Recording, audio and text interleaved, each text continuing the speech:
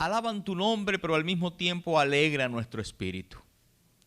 Gracias, Señor, por el fervor de nuestros hermanos que a pesar de el transporte, las distancias, no hay obstáculo para venir a la casa de oración a adorarte, Señor. Suplicamos que tú retribuyas ese esfuerzo conforme a tu promesa en grandes bendiciones. Te invitamos para que esta noche nos permitas comprender tu palabra. Tu voz pueda salir de las páginas de la Biblia, pueda sensibilizar y avivar nuestra conciencia, pueda santificar nuestra mente y nuestro corazón. Que puedas en esta hora, oh Dios, tocar la vida de cada uno de nosotros. Que como iglesia nos des la capacidad de entender. Como predicador nos des la capacidad de poder explicar. En el nombre de Jesús. Amén. Amén. Bien, vamos a continuar en esta hora. Anoche sentamos un precedente en el estudio de la Biblia y queremos darle continuidad a lo que estudiábamos anoche. Anoche empezamos a estudiar el libro del Apocalipsis y inicialmente el capítulo 7. Una vez cerremos esta sesión, durante el resto de la semana vamos a ver ese gran día que la Biblia llama el gran día de la esperanza. Que dice la Biblia que la naturaleza gime, clama, desea desesperadamente que Cristo venga en las nubes del cielo con poder y grande gloria. Pero hoy vamos a estudiar el siguiente segmento de Apocalipsis 7. Creo que vamos a tener la ayuda de la pantalla. Sí tenemos ayuda de la pantalla, ¿verdad? Ok, muy bien. Apocalipsis 7, 1 dice lo siguiente. Después de esto, vi 4 ángeles en pie sobre los 4 ángulos de la tierra. Dice otra parte que no va a salir en pantalla, dice que esos ángeles detenían los 4 vientos de la tierra, para que no soplase viento alguno sobre la tierra, ni sobre el mar, ni sobre ningún árbol. Dice el versículo 2, permítame un momento, esto no lo voy a leer todavía. Si usted tiene una Biblia en la mano, creo que me está siguiendo. Dice, vi también que venía otro ángel de donde sale el sol y tenía el sello del Dios vivo y clamó a esos 4 ángeles a quienes se les había dado el poder de hacer daño a la tierra y al mar, diciendo, no hagáis daño a la tierra, ni al mar, ni a los árboles, hasta que hayamos sellado en sus frentes a los siervos de nuestro Dios. Y oí el número de los sellados, 144,000 sellados de todas las tribus de los hijos de Israel. La pregunta curiosa para esta noche es, ¿en qué momento de la historia se desarrolla esto? Si bien es cierto, la Biblia es un libro profético, la forma de entender la profecía es viendo cómo se ha comportado la historia, porque es la historia la que nos muestra cómo la palabra de Dios se ha venido cumpliendo. Y si bien es cierto, esto se escribe hace casi 2000 años, Juan recibe la visión, lo plasma en el papel y de esa manera llega hasta nosotros. Vamos a detenernos aquí, porque anoche leíamos algo. Para quienes nos vienen a acompañar esta noche por primera vez les cuento un poco. Leíamos anoche que antes que llegue la destrucción, Dios ha tenido una paciencia exagerada hasta el límite, hasta donde más se pudo esperar y más allá. Durante ese tiempo, Dios hizo todo lo que se podía hacer para conquistar el corazón humano. Pero llega un momento en que la humanidad entiende y descubre que la paciencia de Dios tiene un límite. Y viene la intervención divina. Y más de una vez se ha repetido esa escena en la Biblia. Para aquellos que les gusta leer el don profético, voy a compartirles esta cita. ¿Por qué es importante leer el libro del Apocalipsis? Dice la página 146 del Evangelismo lo siguiente: el libro del Apocalipsis debe ser abierto ante la gente. La verdad que contiene debe ser, ¿qué cosa dice allí? Proclamada. ¿Para qué? A fin de que la gente tenga la oportunidad de prepararse para los acontecimientos que pronto han de ocurrir. El mensaje del tercer ángel debe ser presentado como la única esperanza para la salvación de un mundo que perece. Así que ahí está una justificación fuerte porque este libro debe ser compartido. Ahora noten lo que está mencionando aquí. Tiene un mensaje de esperanza. Yo recuerdo una frase del gran premio Nobel de literatura, Conde León Tolstoy, que alguien le preguntaba, ¿qué es la esperanza? Y él respondía, la esperanza es la fuerza y la luz de la vida. Y es todo lo que queda cuando lo demás ha fallado. Es decir, cuando humanamente parece que no hay nada más que hacer, que todo está sombrío y que irá de mal en peor, hay una fuerza motivadora que es la esperanza. Y cuando te aferras a la seguridad que todo estará mejor, ¿y qué nos da esa esperanza y esa seguridad? Que Dios está al control, que Dios está en el trono, que Él tiene el dominio, que nunca pierde el control. Y esa esperanza hay que transmitirla a las personas. Ese mensaje de seguridad en Dios para un mundo que perece está en este libro. Si Dios lo incluyó en la Biblia es porque es importante. Pero miren lo que dice esta otra cita. El testimonio de Cristo, que reviste el carácter más solemne, debe ser dado al mundo. En todo el libro del Apocalipsis se encuentran promesas preciosas y alentadoras, así como advertencias del significado más solemne. Pero les cuento compartir. Juan está diciendo en el versículo 2 que ve otro ángel que trae un elemento que allí lo llama en el versículo 2 como aparece allí. ¿Cómo lo llama Juan? El sello de Dios. Para quienes estuvimos anoche, repasábamos algunas escenas donde la Biblia nos muestra cómo qué circunstancias, qué consecuencias ha significado tener o no tener el sello de Dios. Y anoche veíamos que los que tienen el sello de Dios tienen la garantía de que son salvos. No tienen miedo al futuro, mucho menos miedo al pasado, porque su seguridad está en Cristo. Nada los puede arrebatar de su mano. Están protegidos y salvos por la eternidad.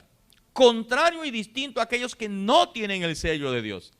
De hecho, leíamos anoche Ezequiel 9, donde la orden para quienes no tienen el sello de Dios es la muerte, pena eterna de muerte. Pregunto, ¿quisiera alguno esta noche tener el sello de Dios? Yo pregunto, ¿para qué es un sello? O le pregunto, ¿usted alguna vez le ha correspondido marcar algo que es de su propiedad? Si usted tiene una casa, tiene su edificio, pero nunca tiene un documento que diga que está a su nombre, que es suyo, ¿usted corre el riesgo de perder esa propiedad? ¿Será que hay un delito que es el robo de identidad? ¿Qué pasa cuando alguien flagela, roba, muta, copia su identidad? Ahora, el sello tiene que ver con algo que está demarcado, que es propiedad de algo o de alguien. Y la Biblia dice que el sello de Dios es justamente lo que Dios ha estipulado que son de su propiedad, algo que a Él le pertenece. Usted dirá, bueno, ¿y no todos somos hijos de Dios? Bueno, esta semana vamos a descubrir cosas interesantes. Miren, dice esta otra cita inspirada, llegó el tiempo cuando todos los que tienen interés en su salvación deberían adquirir con seriedad y solemnidad, ¿qué cosa es? El sello de Dios. Ahora quiero decirles algo. Ese mensaje que trae este ángel dice, no hagáis daño a la tierra, ni al mar, ni a los ángeles, hasta que hayamos sellado en sus frentes, ¿a quiénes? A los siervos de nuestro Dios, dice la Escritura. Miren, esto lo voy a leer y va sin anestesia. ¿Puedo leerlo? Noten que la cita dice lo siguiente, está hablando de esos ángeles. Y miren lo que dice esta cita. Los ángeles están mañana. ¿En qué momento dice la cita que están los ángeles allí? Hoy. En término presente constante, ahora. Dice, los ángeles están hoy sosteniendo los vientos de lucha hasta que el mundo sea advertido de su inminente destrucción. Pero se está preparando una tormenta lista para desencadenarse sobre la tierra. Y cuando Dios ordene a sus ángeles que suelten los vientos, habrá una escena de tal lucha que ninguna pluma puede describir. Esto nos hace prender las alarmas. Porque nota lo que está diciendo. Apocalipsis 7, 1 al 3 dice, Dios tiene ángeles deteniendo los vientos de la tierra. Ahora quiero contarte algo. Yo te decía anoche, la Biblia contiene ese precioso libro del Apocalipsis que está narrado a manera de símbolos. Los vientos son un símbolo. Y cuando vas a lo largo de la Biblia y revisas qué simbolizan los vientos, la Biblia nos dice que los vientos son símbolos de guerra, miseria, destrucción, desolación, catástrofe. Y si dice que Dios tiene unos ángeles deteniendo los vientos de la tierra, lo que está diciendo es, esos ángeles comisionados por Dios están deteniendo que hayan más escenas de tragedia, miseria y desgracia en la tierra. Pero está diciendo que llega un momento en que Dios dice, se acabó. Y cuando esos vientos sean sueltos, dice, vendrá una decadencia tal al planeta Tierra que no hay una mente con una capacidad de pensamiento, de imaginación capaz de concebir lo que sobrevendrá a la redondez de la tierra. Y esa expresión viene de los 4 evangelios, porque en los 4 evangelios dice que justo antes de la segunda venida de Cristo, vendrá tal calamidad al planeta que será difícil poderlo describir con palabras, pero ha de venir. Así que qué pena vaticinar cosas que parecen que no son agradables a los oídos, pero están escritas en la Biblia. Ahora, cuando usted tiene el libro del Apocalipsis abierto en el capítulo 6, yo quiero partir de lo siguiente. La primera frase que usted lee en el capítulo 7, la primera frase que aparece en el capítulo 7 es después de esto. ¿Sí ha notado cuando usted lee el capítulo 7? Después de esto. Y entonces él narra la visión que acabamos de leer, la de los ángeles. Ahora yo hago la pregunta, ¿después de qué? ¿Sí me estoy explicando? Voy a tratarme de explicarme de una manera más simple. Hay un acontecimiento que se ha desarrollado. Y después de ese acontecimiento, Juan dice, es a partir de aquí, cuando se ha desarrollado esa serie de acontecimientos, que Dios me está mostrando que tiene ángeles deteniendo los vientos de la tierra. Ahora les voy a contar algo más. ¿Cómo le llaman los eruditos a este momento de la historia, cuando Dios tiene ángeles deteniendo las tragedias de la tierra para que no acontezcan, mientras está esperando conquistar más corazones, más decisiones para el reino y la salvación? Lo han llamado el sellamiento o el fin de tiempo de gracia. Y aunque son expresiones muy técnicas de la religión, palabras más, palabras menos, ¿qué es el sellamiento? ¿Qué es el tiempo de gracia? Resulta que la Biblia dice, como leíamos anoche, que Dios decide dar un plazo para salvar. En la agenda de Dios hay un plazo con una fecha específica para salvar. Y llega un momento en que ese plazo se está acabando. Entonces Dios decide estirar un poco, dar un tiempo extra. Y yo pregunto, ¿cuántos han visto la final de un torneo de fútbol? Yo pregunto, si según las normas, cuando 2 equipos están disputando un trofeo y ninguno de los 2 ha ganado hasta ese momento, ¿qué sigue? Tiempo extra. ¿Y para qué es el tiempo extra? Se debe definir quién gana y quién pierde. El tiempo de gracia es algo parecido, es un tiempo extra. Es decir, Dios, no porque no haya ganado o haya perdido a alguien, no, es porque Él todavía desea salvar más, que da ese tiempo extra. El sellamiento o el tiempo de gracia culminando, llegando a su fin. Pero antes de que llegue eso, yo quiero quedarme en esta hora y voy a sentar un precedente que va a parecer un poquito confuso, pero eso le voy a agradecer que se concentre ahorita porque lo que le voy a decir le va a romper la cabeza. Vamos a concentrarnos para analizar el capítulo 6 en 15 minutos. ¿Estamos listos? ¿Me van a seguir? Bueno, les invito a que me puedan seguir. Resulta, pasa y acontece que el capítulo 7, que empieza con esa frase después de esto, obviamente es lo que sucede anterior a esa frase, ¿no? Lo que está justo antes del capítulo 7 es el capítulo 6. Y si usted va a su Biblia, el capítulo 6 tiene un título que son los sellos. Hay traducciones de la Biblia, ustedes saben que Dios inspiró fue la Biblia, no los subtítulos de la Biblia. Dios inspiró la Biblia, no las subdivisiones de la Biblia. ¿Qué estoy diciendo? Que cuando la Biblia se organizó para facilitarnos a nosotros su comprensión, se dividió en capítulos, en versículos, en párrafos y en títulos y subtítulos, ¿ok? Algunas traducciones de la Biblia, cuando usted llega a Apocalipsis 6, aparecen con este título, los 7 sellos. Otras traducciones tienen el título, los sellos. ¿Hay alguna que diga los sellos? ¿Hay alguna que diga los 7 sellos? Ok. Quiero contarles que cuando se mencionan 7 sellos, usted va a leer Apocalipsis 6 y no hay 7. Hay 6. Y usted va a leer que hay 7 iglesias, 7 trompetas, 7 plagas, 7 bienaventuranzas y corresponde 7 sellos.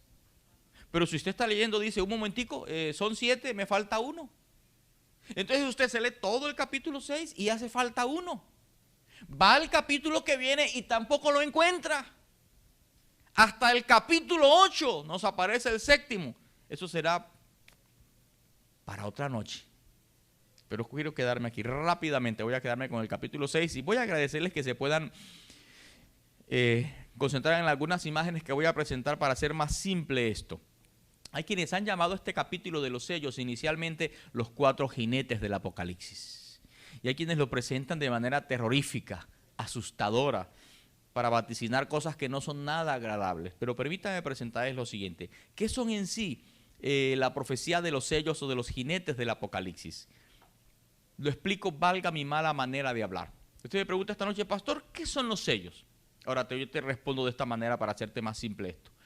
Los sellos, la profecía de los 7 sellos son la historia desde que Cristo ha fundado su iglesia hasta el fin del mundo. Toda esa historia se fraccionó en 7 momentos.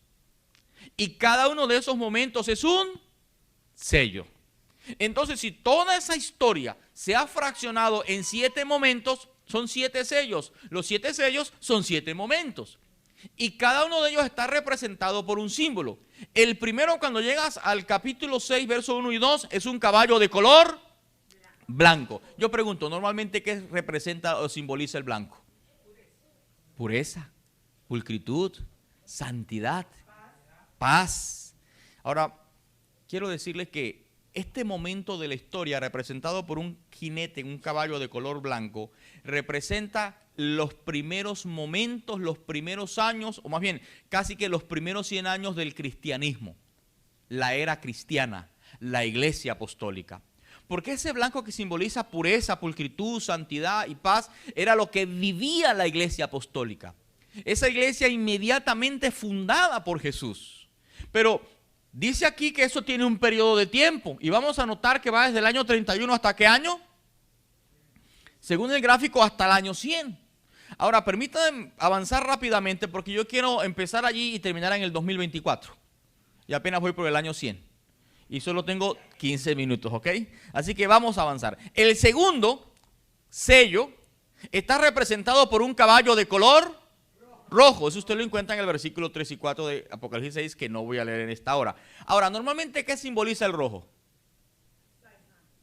¿Sabe?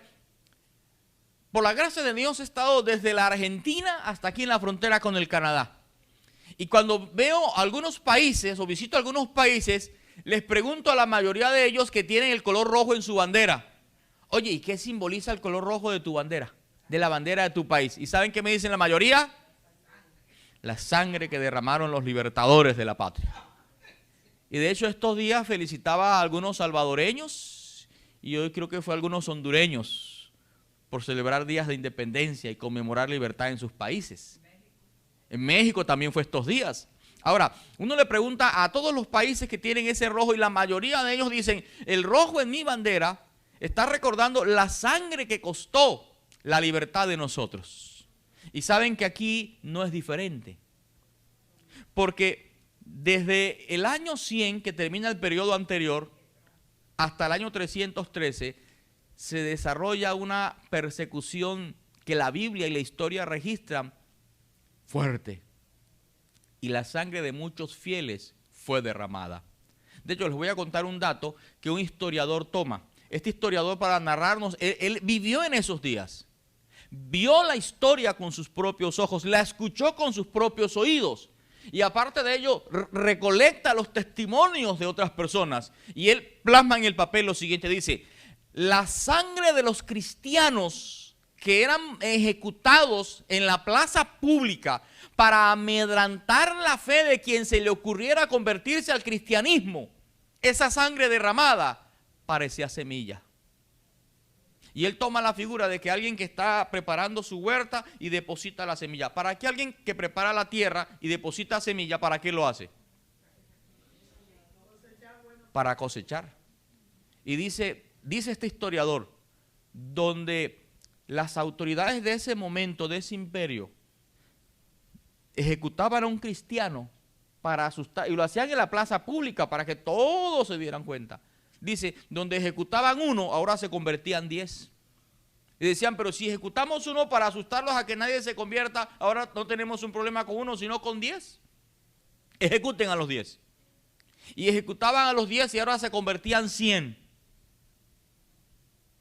Ejecuten a esos 100, ahora se convierten en 1000. Y por eso yo le doy la razón a algunos que dicen que la persecución le hizo uno de los más grandes predicadores a la evangelización. Porque en torno a la persecución, ¿quién quiere morir? Mire, si yo pregunto esta noche, ¿cuántos sabemos que un día vamos a morir? Yo creo que todos levantaríamos la mano. Pero si pregunto quién tiene afán, ahí nadie la levanta. Estamos aferrados a la vida. Ahora, los cristianos huían a otra ciudad. Y por aquellas cosas de la vida, a la ciudad donde llegaban huyendo de la persecución a causa de su fe y su religión, descubrían que en esa ciudad no había cristianos. No se hablaba, no se publicitaba la Biblia. Y interactuando con la gente, compartían su fe en Dios. Y eso hacía que otros se convirtieran.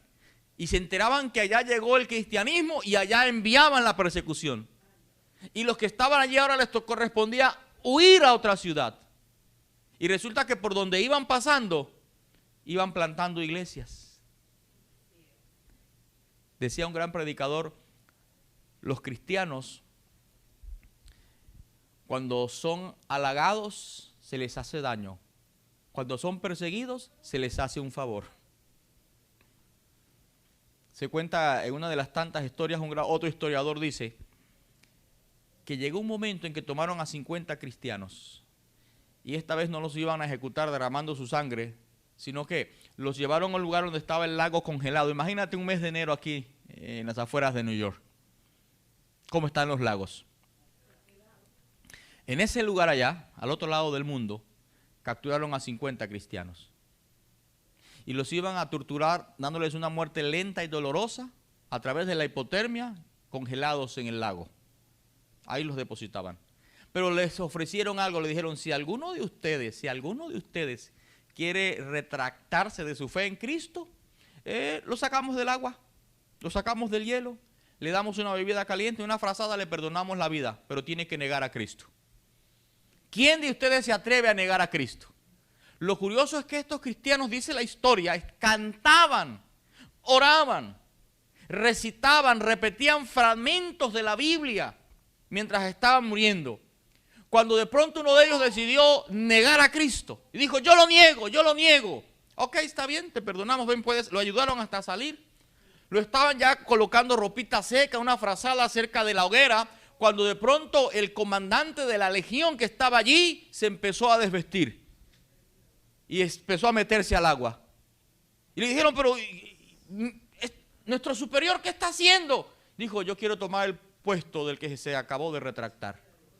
Y yo voy a aceptar el puesto del que acabó de negar a Cristo. ¿Pero por qué? Y él dice, yo he peleado muchas batallas por Roma. Y nunca había alguien que estuviera con tanta fe, con tanto fervor, con tanta paz, dispuesto a morir por su líder. Algo debe tener ese Cristo que no tiene Roma. La forma como ellos son valorados por su Dios y como ellos valoran a su Dios es algo que nunca ha vivido, y a partir de ahora tomo el lugar de ese que acabó de negar a Cristo. Hechos verídicos que la historia registra. Pero vamos rápido porque el tiempo no nos espera, el reloj no se queda paradito y en una visión se me reveló que de noche les da sueño y se van a dormir. Seguidamente, no voy a ahondar mucho en esto, pero quiero irme al siguiente jinete. Cuando usted llega a la altura del capítulo 6, versículos 5-6, ahí el jinete es de color negro. Y normalmente, ¿qué simboliza el negro? Saben que les voy a contar un chisme aquí ya que me caen bien. El diablo se puso a pensar, oiga, eso de perseguir a esta gente no me está sirviendo de mucho. Así que decido cambiar la estrategia. Así que a partir de ahora no los voy a perseguir. A partir de ahora los voy a aclamar. A partir de ahora los voy a alabar. A partir de ahora les voy a facilitar las cosas. Es más, los voy a poner de moda. Y quiero contarles que hasta el emperador se anexó a una nueva religión. ¿Y en qué consistía la nueva religión del imperio?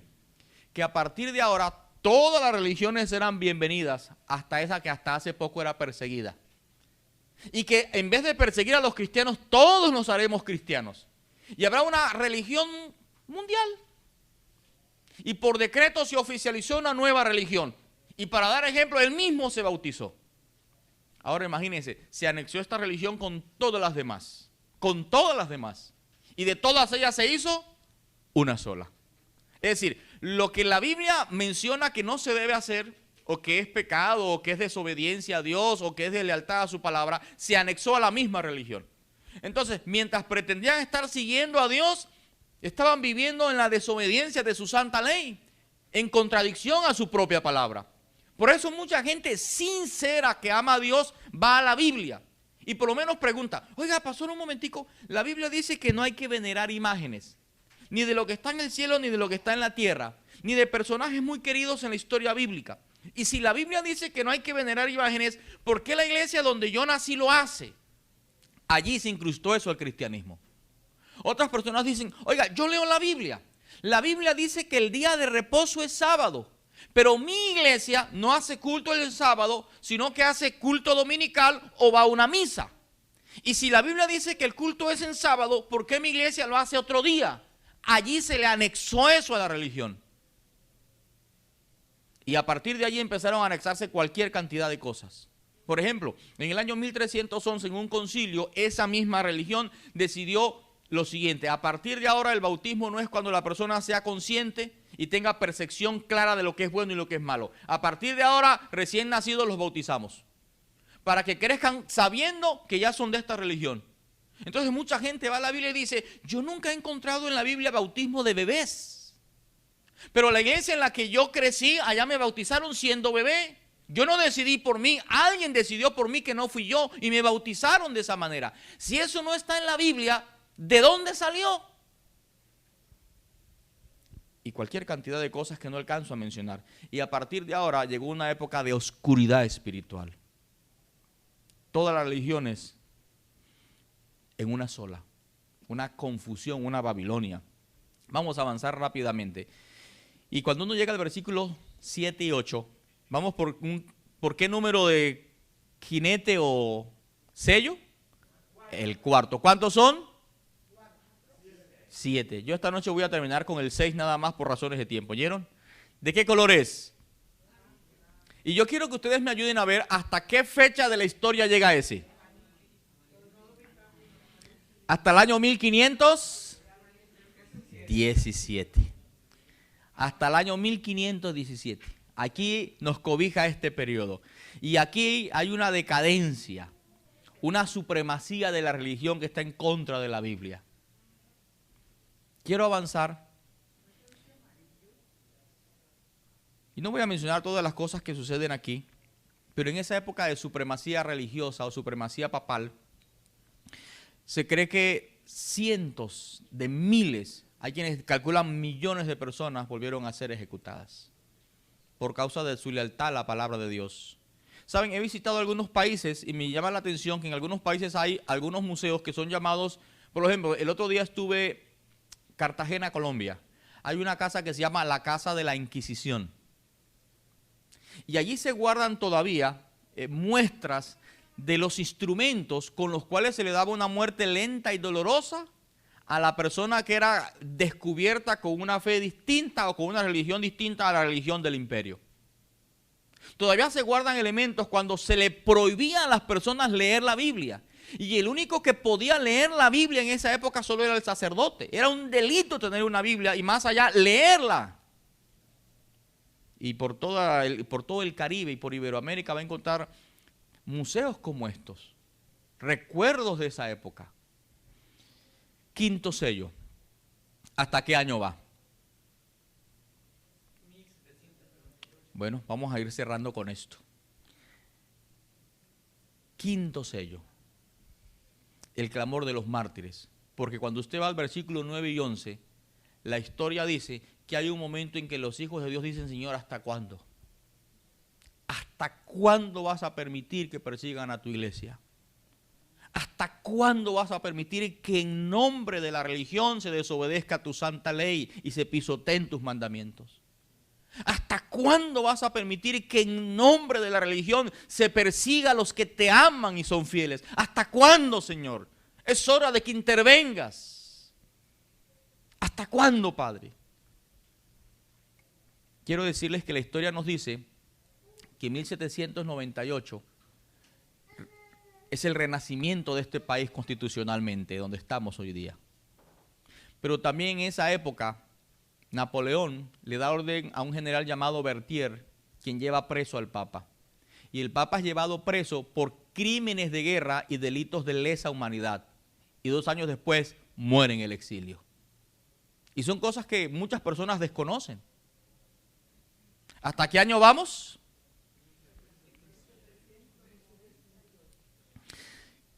Ahora quiero quedarme aquí, por aquí es donde viene lo curioso. Aquí termina el capítulo. ¿Qué número es este? El sexto. ¿Cuántos sellos son? Y esta sección la denominamos la sección de las señales cósmicas. Y empiezan desde que termina el sello anterior y nos hablan de 3 eventos. Hay 3 eventos que se mencionan allí y yo quiero pedirle que se concentre porque mire qué sucede. Cuando usted lee los últimos 3 versículos de Apocalipsis, dice que lo primero que menciona es un gran terremoto. Ahora yo pregunto, si el último sello acontece en 1798 y después de esa época debe acontecer un terremoto, va a ser una pregunta, dicen que no hay preguntas tontas, sino tontos que no preguntan, pero voy a hacer la siguiente pregunta.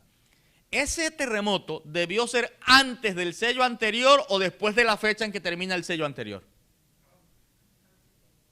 Voy a hacer la pregunta a la inversa.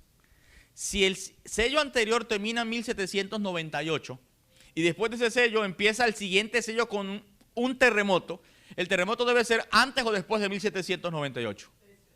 Ok, después. Ahora miren, pareciera casualidad, pero hay un terremoto que aconteció el 1 de noviembre del año 1755. Cercano a esa fecha. Es conocido en el mundo, en la historia, como el gran terremoto de Lisboa. Y es el único terremoto que en ese momento de la historia encaja con la descripción bíblica. Estuve buscando fragmentos de noticias y miren lo que descubrí. Dice aquí, usted lo puede ver ahí, dice, en 1755 se sintió el más espantoso terremoto que se haya registrado. Aunque generalmente se lo llama el terremoto de Lisboa, se extendió por la mayor parte de Europa, África y América. Se sintió en Groenlandia, en las Antillas, en la isla de Madeira, en Noruega, en Suecia, en Gran Bretaña e Irlanda. Abarcó por lo menos 10 millones de kilómetros cuadrados. La conmoción fue casi tan violenta en África como en Europa. Gran parte de Argel fue destruida. Y a corta distancia de Marruecos, un pueblo de 8 a 10 mil habitantes desapareció en el abismo. Una ola formidable barrió las costas de España y de África, sumergiendo ciudades y causando una inmensa desolación. Fue un fuerte terremoto.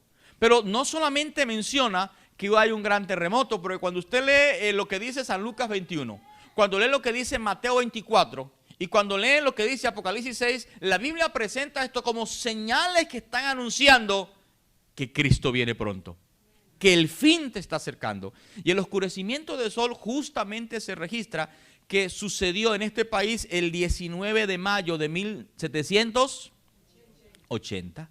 Y también se menciona que en esa misma fecha había un enrojecimiento de la luna. Pero también se registra allí que las estrellas caerían del cielo. Y justamente fue el 14 de noviembre de 1833 cuando la más grande lluvia de estrellas se presentó en la historia de la humanidad. Dicen los periódicos de esa época que usted podía sacar el periódico en la noche y leerlo como si fuera plena luz del día, debido a la forma como emanaba luz la lluvia de estrellas que estaba aconteciendo. Y hermanos, ahí termina, justamente ahí termina el sexto sello. Ahora, yo les voy a hacer una pregunta. Permítanme, voy a pasar por aquí. A ver. Aquí estamos. ¿Alcanzan a percibir la imagen allí? A ver, voy a hacer un examen cortito. A ver, vamos a medir el nivel de concentración esta noche. Del año 31 al año 100, ¿el caballo era de color? Oh, qué bien, qué inteligentes. ¿Sí ve? ¿Ustedes son buenos alumnos o yo soy buen profesor? El segundo, del año 100 al 313, ¿el sello es de color? Oye, parece que no estuvieran viendo allí, pero se lo saben ya, mira. Es de color rojo, el siguiente es de color. ¿Y en qué año terminan allí? El último. 1798. Y aquí de 1798 en adelante es cuando estamos viendo las señales cósmicas, estos desastres naturales presentados. Entonces yo voy a hacer una pregunta. Hice todo esto solo para hacer esta pregunta. ¿En qué momento de la historia estamos nosotros hoy? Entonces, ¿qué es lo que falta? Es decir, cuando leemos la Biblia, con este panorama nos dice, ya sé en qué momento de la historia estoy viviendo.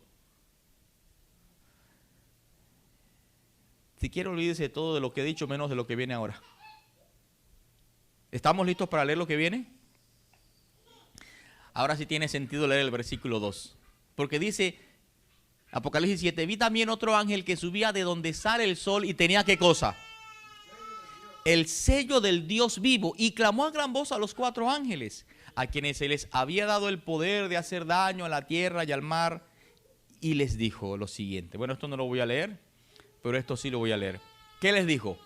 No hagáis daño a la tierra, ni al mar, ni a los árboles, hasta que ¿qué? Yo subrayé allí en amarillo esta expresión. Hasta que hayamos sellado ¿a quiénes? Ahora, si usted me puede mirar a los ojos, le voy a agradecer porque le voy a decir algo. Los 144,000, un grupo que algunos discuten quiénes son, la primera vez que se les menciona en toda la Biblia es en el versículo 3 de Apocalipsis 7. Y el primer título que se les da es los siervos de Dios. ¿Quiénes son ellos? Hombres y mujeres que sirven a Dios. ¿Sabe? Yo estaba por allá en algún lugar del mapa y pregunté qué es un siervo. Y una niña levantó la mano y me dijo, pastor, es un venado con unos cuernos grandotes. Y sí, tiene razón, eso también es un siervo. Pero cuando uno establece la diferencia entre el reino humano y el reino animal, para hablar de un siervo en el reino animal, ¿cómo se escribe? Con una C, ¿verdad? Siervo. En términos humanos, para hablar del siervo, ¿cómo se escribe? Con una S. ¿Y qué es un siervo? El término siervo viene de servir. Servir. Pablo se autodescribía a sí mismo como siervo de Cristo. Juan se autodescribía así como siervo de Cristo. Pedro se autodescribía como siervo de Cristo. Es decir, un siervo es aquella persona que decidió servir. Ahora, ¿qué tiene que ver esto con lo que estamos estudiando? Que la Biblia llama a los que viven en la última generación antes que Cristo venga a esta tierra como los siervos de Dios. Ahora le pregunto, ¿puede usted autodescribirse como alguien que le está sirviendo a Dios? De hecho, yo podría preguntar, ¿puede alguien estar asistiendo a la iglesia y percibir que no le está sirviendo a Cristo? Wow. Hace muchos años atrás, cuando yo todavía tenía cabello, imagínense, llegué a una ciudad de mi país donde me correspondía predicar. A los evangelistas nos enviaban en ciertas fechas al año a diversos lugares del país a predicar. Y a mí me correspondió una ciudad de mi país.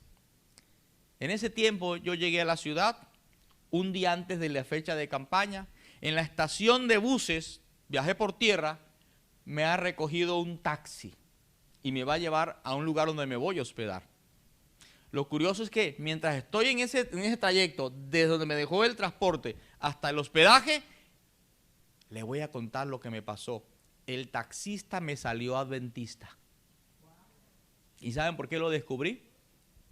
Porque me preguntó, oiga, ¿cuántos días va a estar aquí en la ciudad? Yo le dije, 2 semanas. Me dijo, ¿y cómo le parece que yo soy adventista? Y justo vamos a celebrar 2 semanas de campaña en mi iglesia. Así que ya que va a estar 2 semanas aquí, lo invito. Y yo le pregunté, oye, cuéntame, ¿qué es eso de adventista? ¿Qué es eso de campaña? Explícame. Y él empezó a contar, me doctrinó. Y hablaba con una pasión, y hablaba con un entusiasmo, donde ese señor me haga un llamado al bautismo, me le bautizo a mitad de camino. Por la convicción y el gozo con el que ese hombre hablaba. Y entonces yo le hago la siguiente pregunta, oye, cuéntame, ¿cómo es un día tuyo en tu fe, en tu iglesia? ¿Cómo lo vives? Ahora miren lo que él me dice, mire. Yo me levanto muy temprano, lo primero que hago es mi culto personal, culto a solas con Dios. Luego tengo un momento en que canto y oro con mi esposa y mis hijitas. Terminamos nuestro culto, tomamos el desayuno y allí me voy, llevo a mi esposa a su trabajo, dejo a mis hijas en el colegio y resulta que este taxi lo tengo porque yo le pedí a Dios que me diera una forma de trabajar para ser independiente, manejar mi tiempo, mi trabajo, ser mi propio jefe, tener mi propio salario, para tener disponibilidad de tiempo para poder compartir la Biblia y su palabra, su amor con otras personas. Y me contó, imagínense que una vez yo salí del hospital, tomé un servicio de una señora y esa señora a mitad del camino se quebró en llanto. Y yo le dije, discúlpeme, ¿puedo orar por su situación? ¿Qué le sucede? Y me contó que tenía a su esposo allá. Y el médico le dijo, mire, su esposo, vamos a hacer una cirugía. Humanamente, médicamente hablando, es lo último que podemos hacer. Si usted cree en Dios, ore, pero que no hay garantía de que él sobreviva. Entonces, cuando esa mujer me está contando con sus lágrimas, yo oro por ella. Y he recogido cualquier cantidad de personas así. Y algunos a veces no los llevo allá, sino que a una iglesia, a unos a la oficina pastoral. Nadie se baja de mi carro sin recibir una literatura que hable del amor de Dios. Y me mostró la guantera del carro una cantidad de revistas y literatura.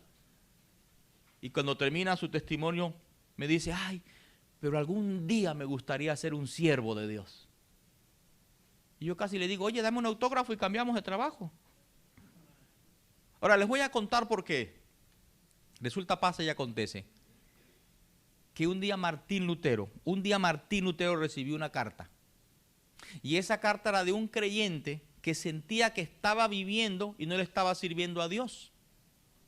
Y tenía como que el complejo, en la iglesia uno canta, otro ora, otro predica, otro enseña la palabra, otro visita enfermos, otro da estudios bíblicos, uno dirige, uno coordina.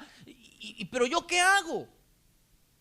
No sé cuál es mi función en la iglesia. Yo quisiera servir como los otros, pero no sé cómo hacerlo. No tengo alguna habilidad, algo que para compartir de Dios con otras personas. Y le mandó una carta al doctor Martín Lutero, diciéndole, doctor Lutero, esta es mi experiencia y tengo miedo de estar en la iglesia, estar creyendo en Dios y no estarle sirviendo. ¿Qué hago? La historia dice que Lutero fue y se arrodilló como 1 hora. Dios mío, ¿qué le decimos a este hombre? Y luego se paró de la oración y escribió una de las cartas más cortitas que haya escrito. La envió. Duró como 30 días viajando, no es como los mensajes de texto de hoy. Llegó la carta. Cuando la carta llegó al destinatario, él se emocionó y la abrió. Se decepcionó porque abrió todo eso y era una frase así de cortita. ¿Quieres saber qué decía la respuesta? La respuesta decía así: si tú quieres servir a Dios, simplemente haz lo que puedes, donde estás, con lo que tienes. ¿Sí notan? La respuesta decía, si tú quieres servir a Dios, simplemente haz lo que puedes, donde estás, con lo que tienes. Ahora pregunto, una ama de casa, una esposa, una madre, que allí vive la fe con sus hijos, con su esposo, ¿está sirviendo a Dios? Pregunto, ¿alguien en su oficina, en su consultorio, manejando, viviendo, trabajando, comprando, vendiendo, puede hacer lo que puede, donde está, con lo que tiene. Entonces pregunto, ¿cuántos podemos servir a Dios? Todos podemos servir a Dios. Y Apocalipsis está diciendo que esa generación que llaman los 144,000, la generación que vive antes que Cristo venga, se caracterizan porque son hombres y mujeres que sirven a Dios. Pregunto, ¿puede usted servir a Dios? ¿Puedo yo servir a Dios? Le añado esta cita. Mire lo que dice esta cita. Empiecen en casa, en su propia familia, en su propio vecindario, entre sus propios amigos, los que desean trabajar para Dios. Allí encontrarán un campo misionero, ¿cómo? Favorable. Voy a leerlo otra vez. Dice allí. Empiecen ¿en dónde? Bueno, vamos a leerlo juntos. Yo pregunto y ustedes responden lo que dice allí. ¿Listo? A ver, vamos a ver. Empiecen ¿en dónde? En su propia, en su propio, entre sus propios, los que desean ¿qué? Entonces pregunto, ¿es difícil ser un siervo de Dios? No. Tú puedes ser un siervo de Dios, yo puedo ser un siervo de Dios. Dios nos está llamando a servirle. Y saben, hermanos, no hay gozo más grande, no hay satisfacción más grande que ver a alguien ser alcanzado por el amor de Cristo.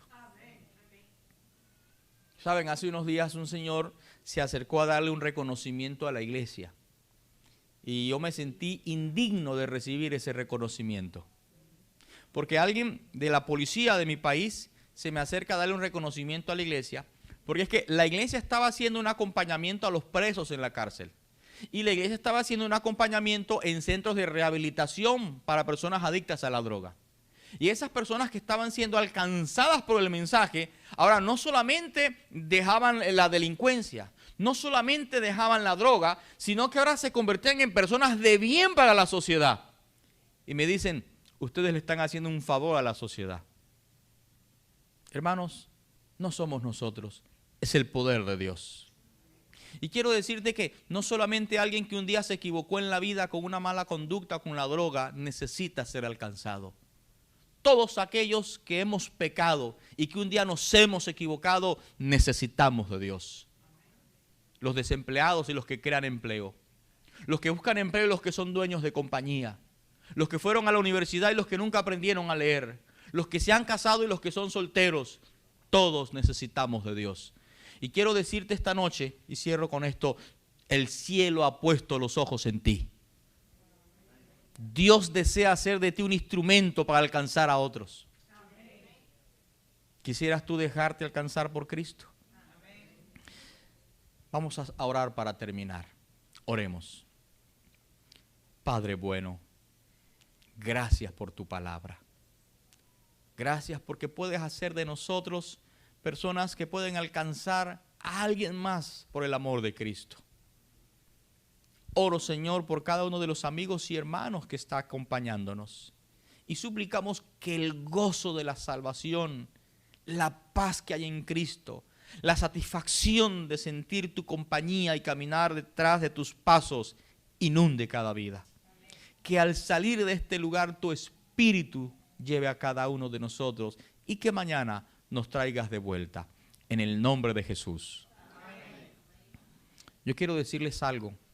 Aquí trabajamos con un principio. Si algo hoy estuvo bueno, mañana estará mejor. Y mañana viene el plato fuerte. Dios les bendiga y feliz noche para todos.